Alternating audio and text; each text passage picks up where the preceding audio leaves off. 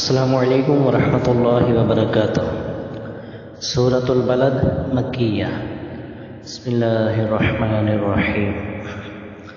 لا أقسم بهذا البلد وأنت حل بهذا البلد ووالد وما ولد لقد خلقنا الإنسان في كبد أيحسب أن لن يقدر عليه أحد يقول أهلكت مالا لبدا أيحسب أن لم يره أحد ألم نجعل له عينين ولسانا وشفتين وهديناه النجدين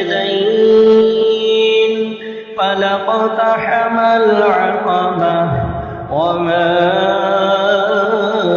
أدراك ما العقبة فك رقبة أو إطعام في يوم ذي مسغبة يتيما ذا مقربة أو مسكينا ذا متربة ثم كان من الذين آمنوا وتواصوا بالصبر وتواصوا بالمرحمة أولئك